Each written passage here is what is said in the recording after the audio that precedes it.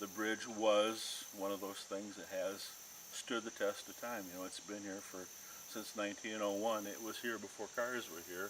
When we started talking about this project, we had initially thought about replacing it with a new bridge, but I found out that about 50% of the people wanted to preserve the old bridge, and about 50% of the people wanted to have a new bridge. I came up with the idea of replacing the abutments beneath it in the original shape of the old abutments, but using modern concrete material and deep enough where it's scour resistant, and then using the existing truss more for the architectural element and not necessarily the load carrying component, and designed shallow steel girders across the single 148-foot span with a concrete deck and a railing that contains the traffic and protects the truss, and then set the truss back over on top of that new deck. So the feeling from the motor's perspective is that they're going across the truss bridge, even though the load is being carried strictly by the new beams.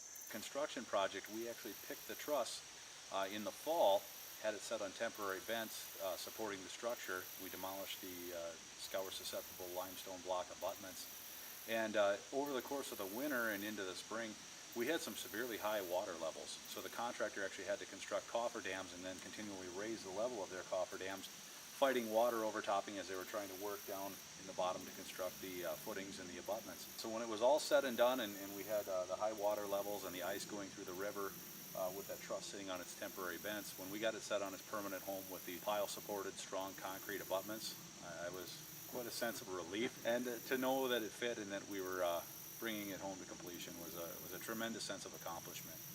But this one has some very unique characteristics, and I think the whole process and working close with the county, and I think the synergy that we developed with the county looking at solutions and the local community, all to kind of come to a very good workable solution that worked well for everybody. And then from an engineering standpoint, that uniqueness of integrating the beam bridge with the truss element is very uncommon, and worked out very well in this case. This is an example of just everyone getting together and working together to come out with a solution.